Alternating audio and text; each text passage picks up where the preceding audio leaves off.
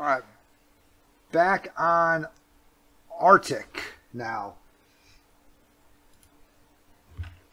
After we do all these, we can go and hit up relevant.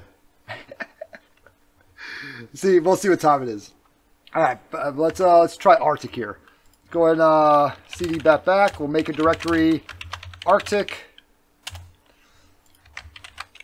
Exit out of here, exit out of here, exit out of here.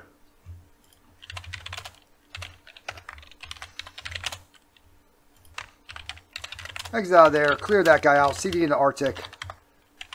And we'll try this guy. So let's go ahead and start off with our nmap scan. Let's get his IP address first. Looks like we're attacking 10, 10, 10, 11. I'm going to go with this port 80. Oh, okay. Oh, it's not port 80. We know that much. Let me actually do an actual nmap scan here.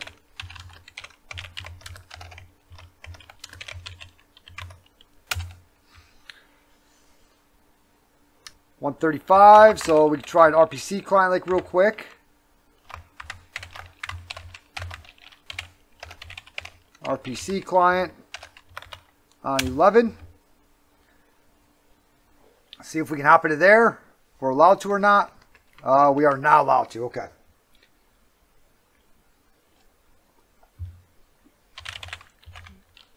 May still be starting up.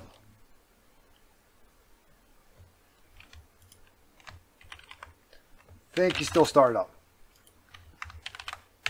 The only thing we have so far is RPC. Or it's like way deep in there. We'll figure out which one it is. 135. 139 should be SMB.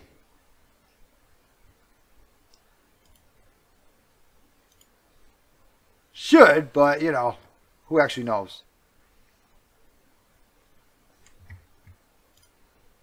8,500.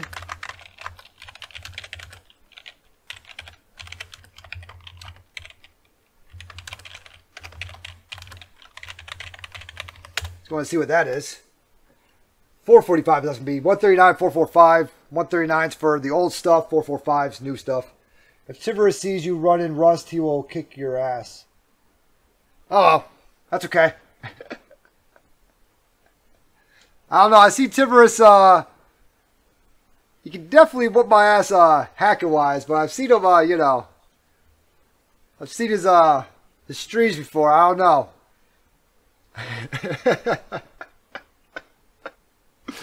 That dude is a freaking genius. Tiverus, he is a genius. Attack P 49154. I run it all the time. Well, for stuff like this, I run it all the time. Real life, this will just freaking Rust Scam will break it. You know, you're tracking like Internet of Things or something like that. Rust Scam's just gonna break the freaking thing. You know what I'm saying? You're just not gonna have that anymore. Yeah, that dude, he is a genius. He is smarter than smart.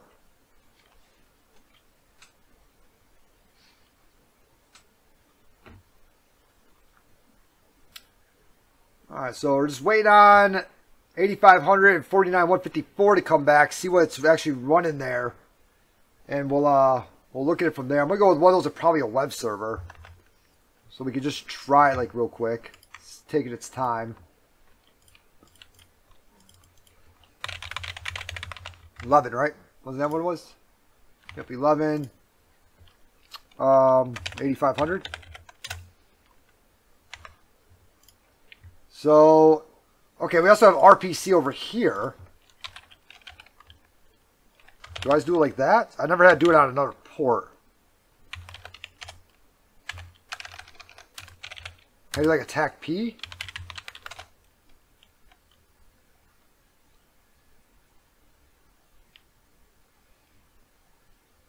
Looks like it's trying.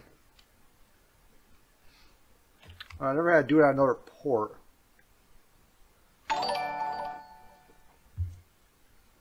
And then we have FMTP. Hey, thanks a lot for the follow, IE Dude 555. What is FMTP? Fuck is that like an FTP? What is FMTP? Oh.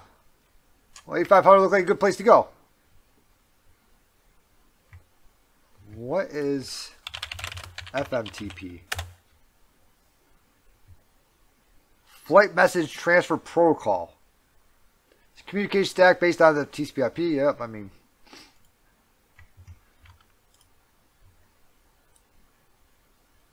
Where are we? Okay, scripts. That's always a good place to start, right?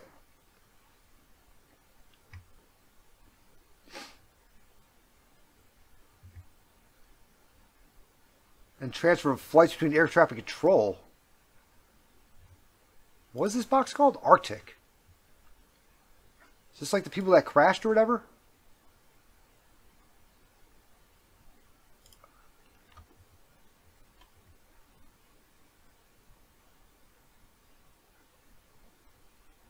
So it's running JavaScript.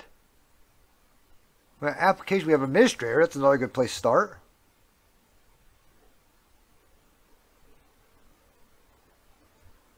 How do you split terminals like that? So I'm using, hey, thanks a lot for the follow, Chaotic. I'm using Terminator and just Control-Shift-O and Control-Shift-E. We'll split the terminals. But my terminal is Terminator. And you can actually get it with sudo apt install Terminator. Spelled just the way it sounds. So it looks like it's trying to go to a Cold Fusion administrator page.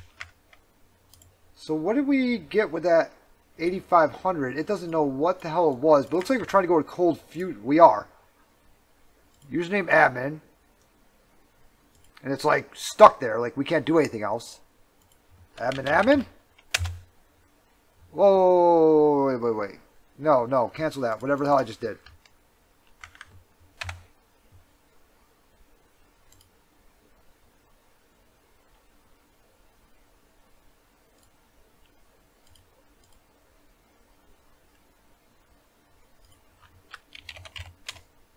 Okay, it adds all that rest of that crap in there. Never mind, okay. So now we can't change the username. What version, I'm wondering, is this? It's moving super slow, too. 8. Okay, well, that was easy. I guess we figured out what version it was, huh? Let's look up Cold Fusion 8. Exploit. Yeah, exactly. Thank you, Google. Adobe Cold Fusion 8. Okay. I'm going to go with this is it because what came back was an Arctic YouTube video. So I'm going to go with we're heading down the right path here. All right. Let's try also search exploit for Cold Fusion. Let's see if we find anything with 8. Arbitrary file upload execution with Metasploit. Okay. What else do we have? Cold Fusion 8 remote code execution. Let's try that first. Let's go ahead and search exploit. Attack M. Let's go ahead and cat that 5, or actually we'll do a sublime text on that 500. Okay. Version 8 for Cold Fusion. We got that. Multi-platform. Just trying to see if it takes input or if we have to input into here or what.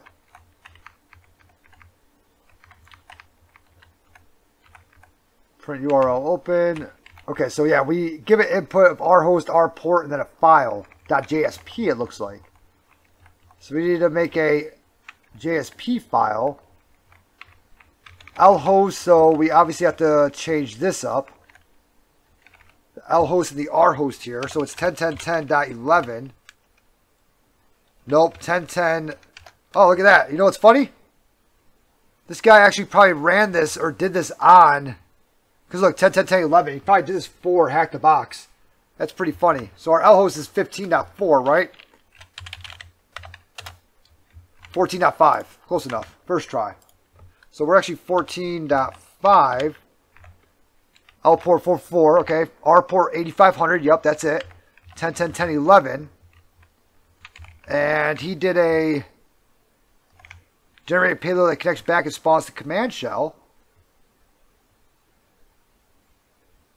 So it looks like this guy's actually doing that, and that's calling off of the lhost and the lport, and then the file name, which is UI, which I think I give it.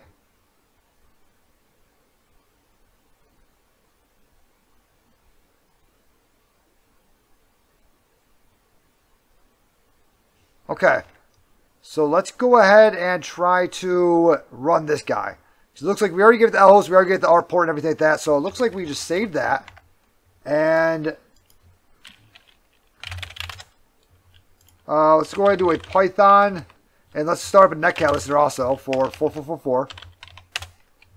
And we'll do 50557.py. Or Python 3, wasn't it? I should have just caught it with Metasploit, huh?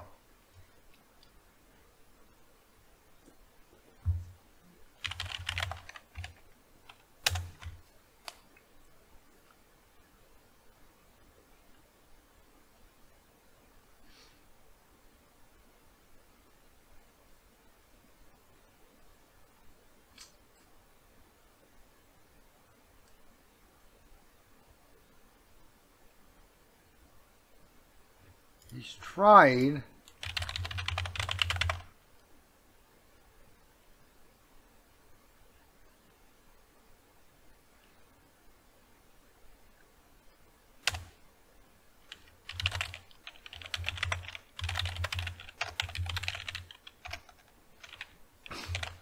And we got something back here. Okay, so we got that. Let's see who we are. I'm Tolis. So let's go ahead and CD in the C drive. Wow. Someone doesn't know where to save his files. We got a bunch of user agreements here. CD into users. That's a good sign. CDing into users is a great sign because now we know we're not on 2003. CD into Tolis. CD into desktop. And let's go ahead and type out that user.txt. So that only took about 5 minutes. That was easy enough. Okay. Let's go ahead and hop over into own user. I'll give that like a 2, maybe a 3. We'll go with a 3 because it didn't actually tell us to go to 8500. Nobody knew that was a site. Now, who am I / priv? We have impersonate a client after authentication. So we might be able to do, God, what is it called?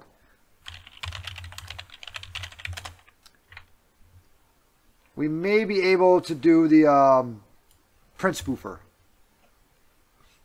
So let's go ahead and check that like real quick.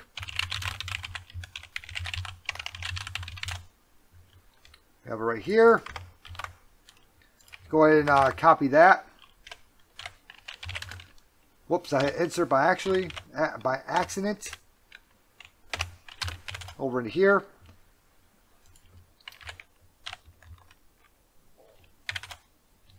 And we'll try to upload that. Let's start up a Python server.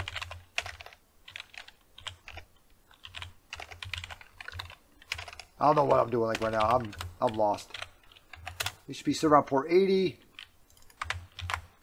And we'll do that. So util. Let's head back over to here, get my Sir util stuff. Where is it? There we go.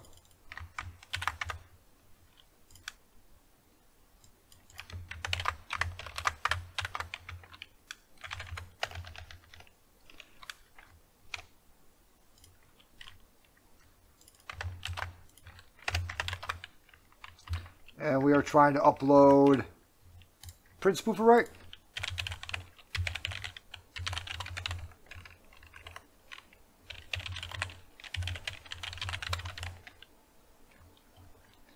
Let's go ahead and throw that over into here. Let's see if we can upload that and see if that works. What happened? Too many arguments. Oh, did I say cert util twice? Yes, I did. There is too many arguments. You're 100% correct. Sorry. And we have our Python server. And he did get it. So it's back over on here now. It's on his desktop. And I always forget how to run this command. So let's go ahead and look up print spoofer. How to use print spoofer.exe. There should be, I believe it's this one that I like. Tech I, Tech C command. Yep. Ooh, is this going to open up another command prompt though? This might open up another command prompt, which is not going to be good for us.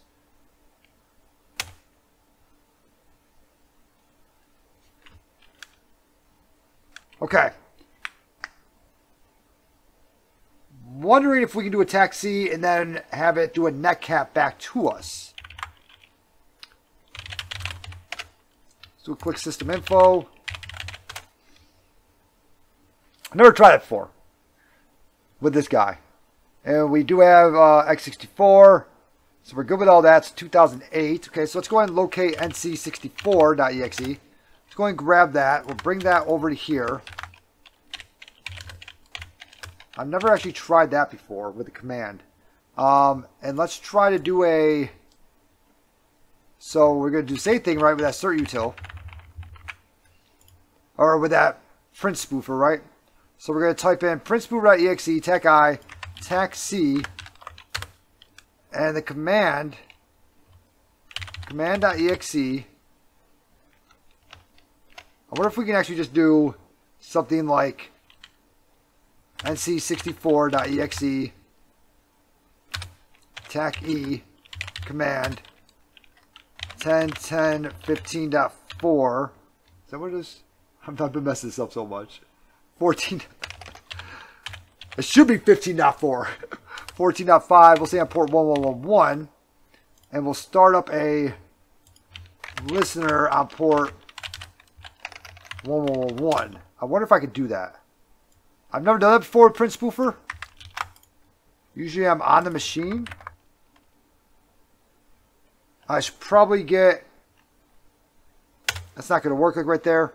We should probably get NC64 at least on the machine first. So let's go ahead and run this guy like right here, right? Okay, enter. I know you're not going to work. Okay. We're just going to say nc64.exe. nc64.exe. Let's try to get him on the machine at least first. And then we'll try this print spoofer again. Port 111, calling for nc64.exe. I wonder if I should put quotes around all that. Let's try it.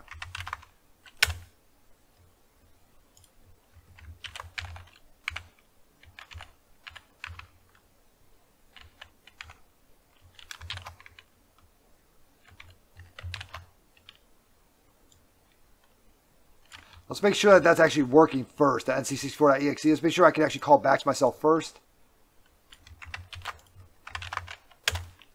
I can. Okay, so that does work like right there. So we can call back to ourselves. Let's put this thing in quotes. Let's try like that. No.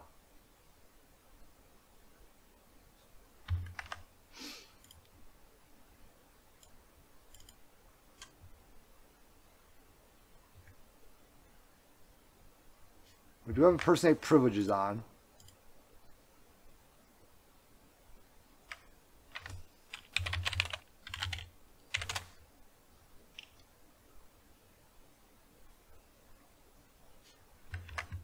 Use print spoofer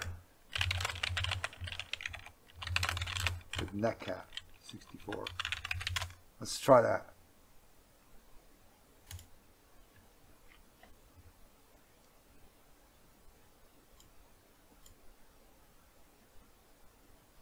Ah, use juicy potato if it's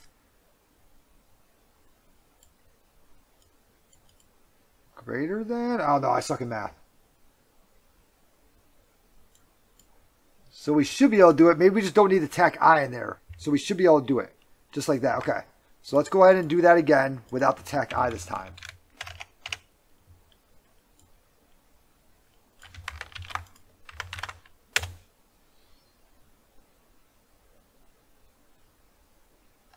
Damn, I was really hoping I get a call back over here. Okay. Whoopsie daisy. Still in there. Windows doesn't care about capitalization, so we don't have to care about that at all. We know that Netcat can call back to us. We know that is working.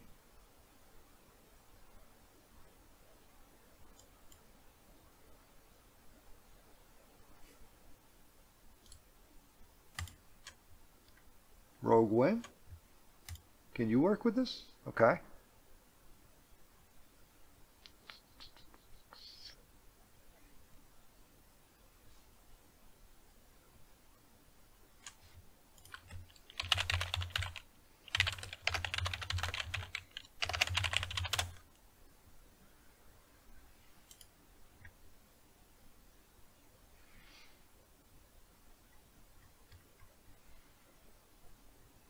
.ccp. I want the .executable one.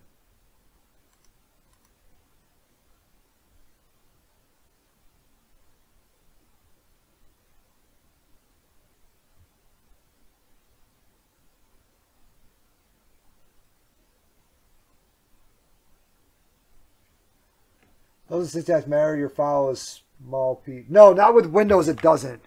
With Windows, it doesn't care. So we could run. We could try it. We'll do a small p and we'll run the rest of it. But no, Windows, it doesn't actually care about small or big P.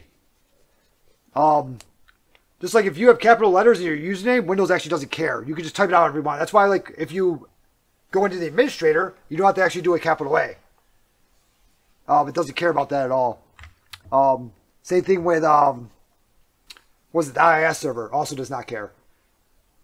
That's also why you can't name files the same thing, even though one has a capital and the other one doesn't. Linux does care. Windows does not. On your password, Windows cares about capitalization, but everything else doesn't. So that's not getting the call back to us.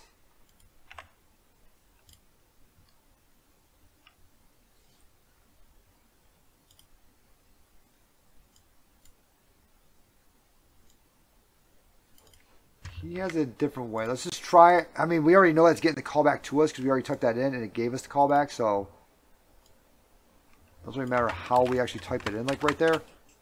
Because, yeah, we're getting the callback. Okay. So what else can we try here? I mean, there's a lot of stuff we could try.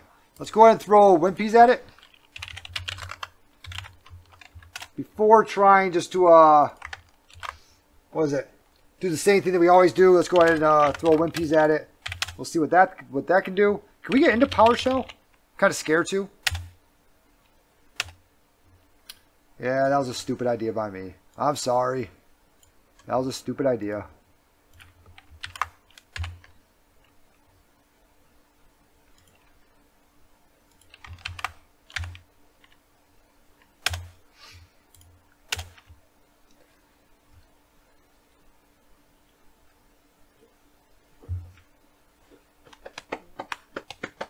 Okay, so print spoofer doesn't seem to be working with this guy, but is that greater than or less than sign? I always forget.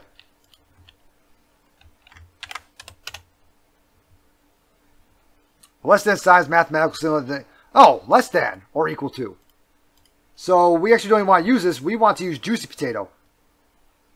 There we go. I suck so much in math. Actually, I had one of my friends. Thank you. Dude, one of my friends actually, she would come over to my house and like tutor me in math, and I would teach her how to play guitar, and that's like how we paid each other. Like I'd pay her by teaching her how to play guitar. She'd come over and do math with me, and I'm pretty sure she's the only reason that I actually passed math with, like, you know. Like, I'm pretty sure the teacher also just let me pass with like a freaking 69 or like a 70 or something like that. But yeah, she's definitely the only reason I actually passed math. So what we got going on here? What is all that? Let's go ahead and look up juicy potato.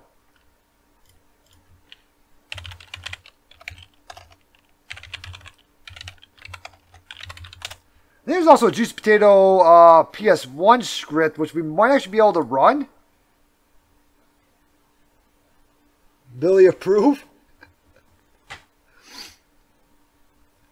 But yeah, we might actually be able to run the PS1 script, even though we can't get into PowerShell. You know, I call it PowerShell hell.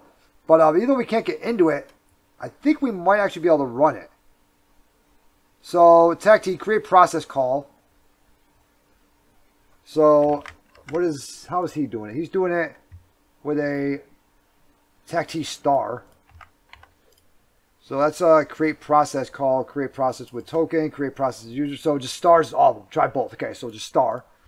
TAC P, the program to launch with is going to be netcat, right? TAC P, nope, command.exe. Okay. That's what he's got going on there. TAC L, the server listening port. So he did command prompt.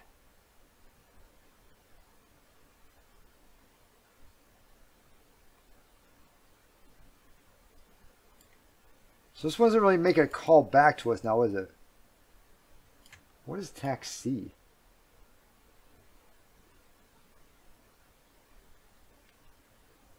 An argument. Command line argument to pass the program. So we could probably pass it to do an nc64.exe, right?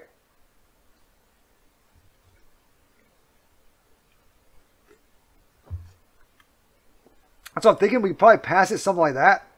Do an N64, right? Because we already. So.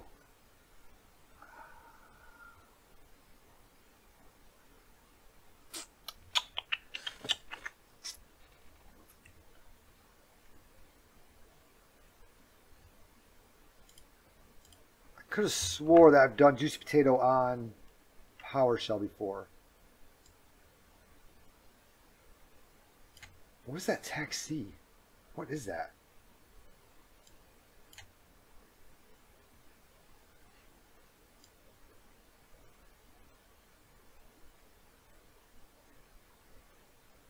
Okay, now can't execute reverse shell.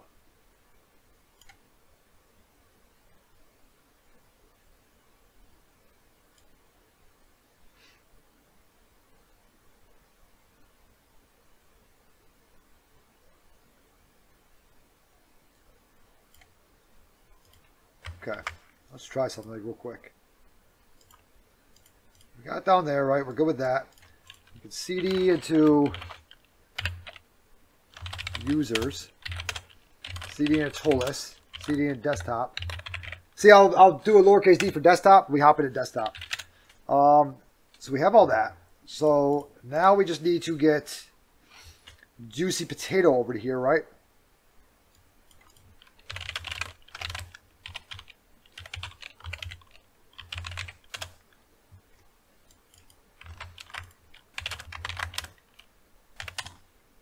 No, I didn't use that during the actual test, in case you guys were wondering. Okay, we already have a Python, so now we just need to do a cert util over there.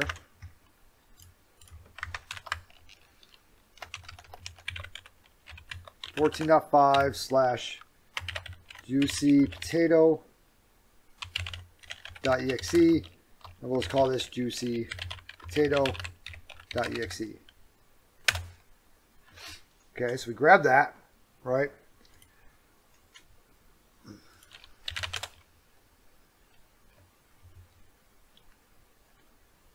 I guess we'll just kind of just go for this netcat reverse shell.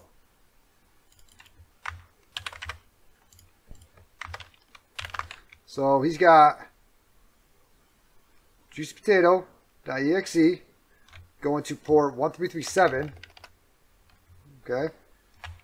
I don't know if I need this TAC C like right here or not, so we're going to delete all that. TAC P, command.exe, arguments is run the command C users. We're going to go with Tolus desktop nc64.exe. Get a command prompt going to 10.10.14.5. 14.5 on port 443. We can go ahead and do that. NC TAC LVMP 443.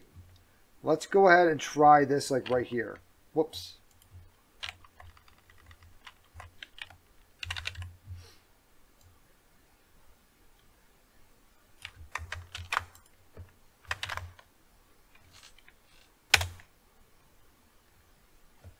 Okay. Did not like that at all.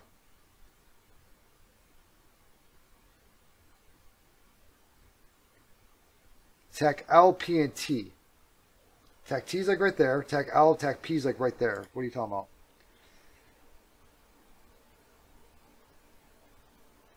I think I was supposed to get rid of the Tac C because we're not using that, right? There. Okay. Let's try that again. I think that's what might have messed it up. Let's go! We got Juicy Potato. We should be NT Authority system now. Oh, crap. It's showing up there. 1 second. Let's go ahead and clear out. There we go. There we go. CD into administrator or users. CD into administrator.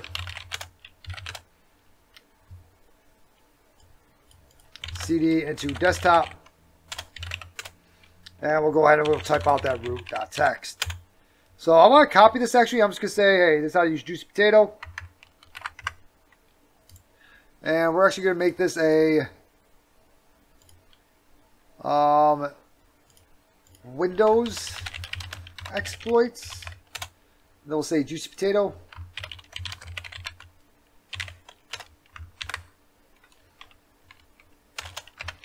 This is for versions less than, what did they say? Versions less than Windows Server 2016. Windows Server 2016. If over 2016, use print spoofer. Okay, cool. So we got that, and we can go ahead. Oh, we already got that root.txt. Cool. And I think we already threw in the user.txt, didn't we? Yep. All right, there we go. Yeah, I mean, that was like a 4 or 3 or something like that. That was pretty easy. We'll give it a 4. I mean, everyone else saying it's a medium. We'll give it a 4. 3.9 out of 10. Yeah, we gave it a 4. I feel like that's fair. That's a fair giving. All right, cool. So did that guy. That wasn't too bad.